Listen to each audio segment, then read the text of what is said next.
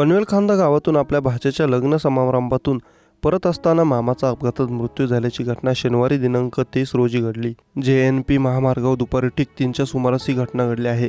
यावेळी अपघात स्थळावर संतप्त झालेल्या नागरिकांनी रस्ता रोको केला।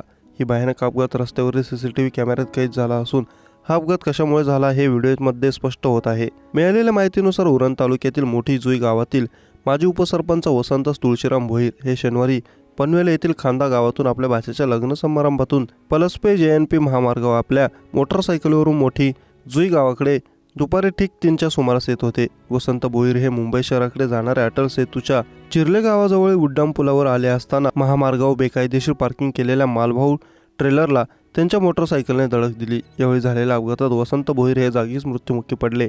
या अपघाताची माहिती मिळताच संतप्त झालेल्या नागरिकांनी रस्ता रोको केला। मुंबई गोवा महामार्गावर बोरघर या ठिकाणी महामार्गावर अतिवेगाने धावणाऱ्या गाड्यांवरती नजर ठेवणाऱ्या महामार्ग पोलिसांच्या महामार्गालगत उभे असलेल्या स्पीड गन व्हॅनला गोव्याहून मुंबईच्या दिशेने जाणाऱ्या अल्टो कारने जोरदार धडक दिली होती। या अपघातात अल्टो कार महामार्गावर पलटी झाली तर महामार्ग पोलिसांच्या स्पीड गनचे मोठे नुकसान झाले आहे। अल्टो कारमधील परेश वसंत साबळे वय वर्ष 42 राहणार पोलादपूर व अक्षय यशवंत मोरे वय वर्ष 19 राहणार पोलादपूर हे दोघे गंभीर जखमी झाले आहेत।